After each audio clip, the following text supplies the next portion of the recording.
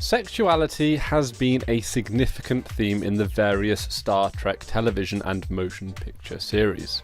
Sexual relationships in Star Trek have mostly been depicted as heterosexual in nature, and there have been depictions of bisexual relationships, but always with a twist. Interspecies and interethnic relationships have been commonly depicted. A comparatively broader range of views has been shown with respect to monogamy, polygamy, and the institution of marriage. Insomuch as sexuality can lead to reproduction, some plots have revolved around the possibility of children in a given interspecies relationship, as well as the prejudice that the resulting children might have to endure from their parents' societies.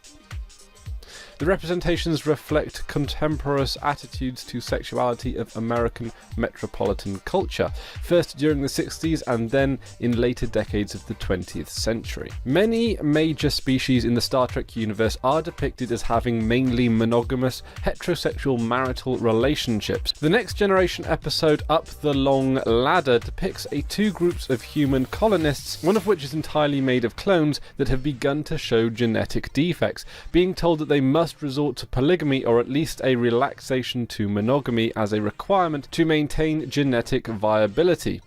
Dr. Pulaski advises that each woman have a child by 3 different men and each man father a child with 3 different women to ensure sufficient genetic diversity. In the 1991 episode of Next Generation, Data's Day, Boolean marriages requires 3 individuals. The 1999 episode of Star Trek Deep Space Nine, Field of Fire, references this, when Dak mentions that a deceased male Boolean crew member has a co-husband in addition to a wife. The first regular cast member to be part of a polyamorous marriage was Phlox, the denebulan doctor aboard the Enterprise NX-01 on Enterprise. He had 3 wives who in turn had 2 other husbands beside him, and these were open marriages where spouses were free to pursue sexual relationships with others, as evidenced when one of Phlox's wives visits the Enterprise and openly flirts with Trip Tucker in the episode Stigma. Most relationships into which Starfleet officers enter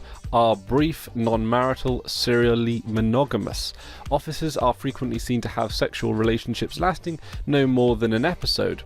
William Riker is an example of this. In the film Star Trek Generations, Kirk reminisces over his girlfriend of 2 years, Antonia, and regrets never marrying her. In the Nexus Temporal Anomaly, he is provided a second chance and decides to marry her.